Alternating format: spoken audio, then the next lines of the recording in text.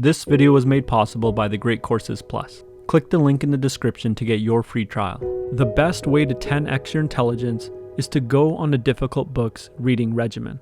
That's where you read 10 or less books a year, and each one should be harder than the last one. And this is probably the opposite of a lot of what you see and hear on YouTube, where the game is often to read as many books in a year as you can. Something which I think will be very inefficient if you're trying to boost your intelligence and mental strength.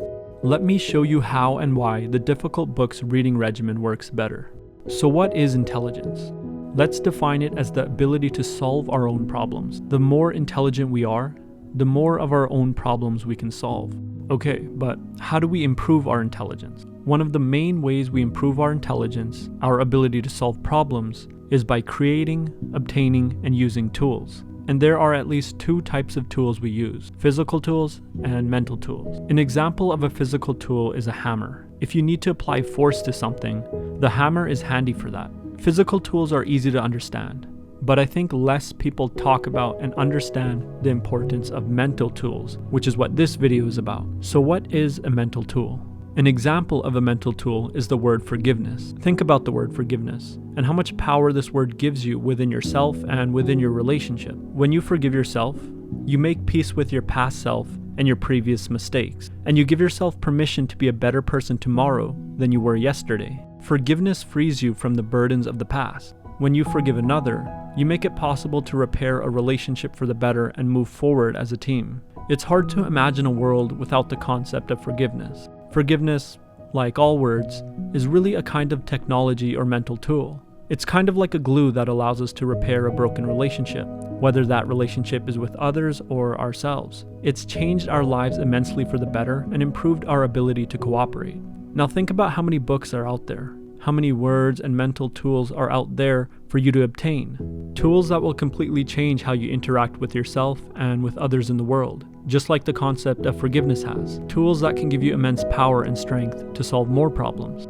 Every time you truly learn a new word, you expand your mental toolkit, and by doing so, you increase your intelligence, and you expand your ability to solve a variety of new problems. Mental tools are just as important and powerful as physical tools for solving and overcoming problems.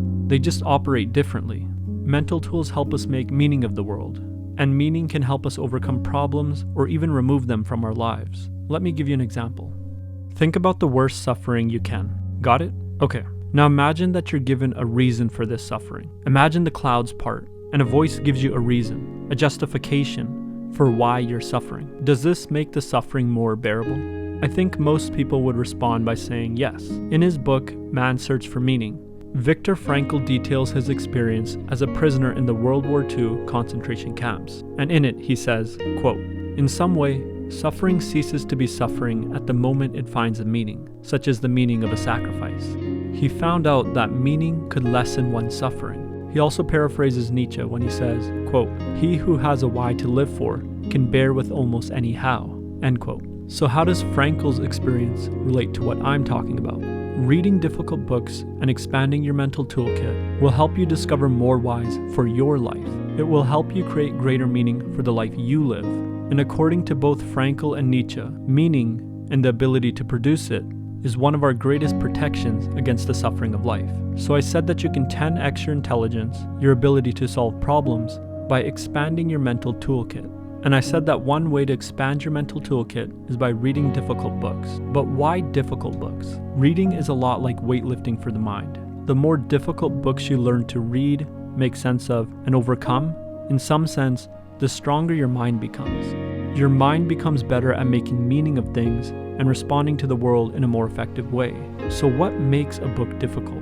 I think that, in essence, for most people, what makes a book difficult is two things: novelty and abstraction. Novelty is when you come across something new, a new idea, a new word, a new perspective, or a new problem that you haven't seen before. It's a meeting with the unfamiliar, and unfamiliar things often make us feel uncomfortable, and they require a lot of work to make meaning out of. The more novelty there is inside of a book, the harder it's going to be for a reader to get through and make sense of. But novelty is often what makes a difficult book worth reading. It's introducing you to new mental tools, which you can use to update your mental software. But if you shy away from new and difficult ideas, You become like the grandparent who uses old technology because they're too scared to learn the new one. And by doing so, you limit your own potential. The second thing that makes a book hard to read is abstraction. The best way I can explain abstract ideas is by comparing them with their opposite, concrete ideas. Concrete ideas are things you can identify with any of the 5 senses: taste, smell, sound, touch, and sight. Anything you can experience with these 5 senses is concrete, but anything you can't is abstract. And because they're not easily understandable through sense experience, abstract ideas are hard to understand, and many people think they're useless. This is a huge mistake. Here's a good way I can describe the value of abstract ideas. So imagine someone with a landline at home for phone calls, a TV for entertainment, and a computer for doing research on the internet. All of these cost a certain amount of money and energy to maintain. But this person can actually replace the function of all of these devices with one, the cell phone. The cell phone is a more efficient use of time and energy, and it can perform the function of the landline, the TV, and the computer, plus much more.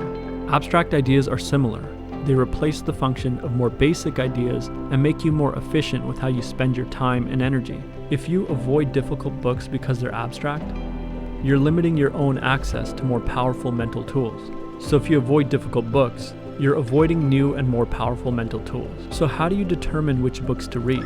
In the beginning, I recommend reading the classics. The classics are time-tested tools. They will introduce you to mental tools and concepts that have been effective for people all throughout history, which is why they keep being passed down to the next generation. But as you develop your toolkit and your literary tastes, you will develop your own intuition for what you should read next, depending on the problems you're facing and the tools you might think you need. I don't want to convince you to only read classics, because you would miss out on so many new ideas that could be useful and relevant. But at the beginning of your reading journey, you can't really separate the wheat from the chaff on your own. And so reading the classics and becoming acquainted with time-tested tools will help you develop an intuition to discern between good tools and bad ones. One idea I see a lot on YouTube is the idea of speed reading, or reading as many books as you can in a year.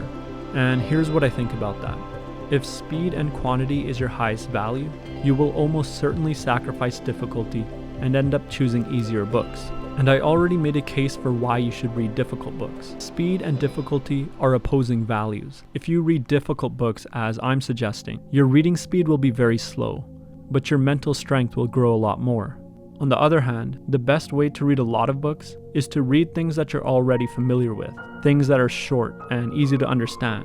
But if you only read things that you're familiar with, you'll never expand your mental toolkit. So maybe I've convinced you. You're ready to start your difficult book regimen, and you want some help on starting.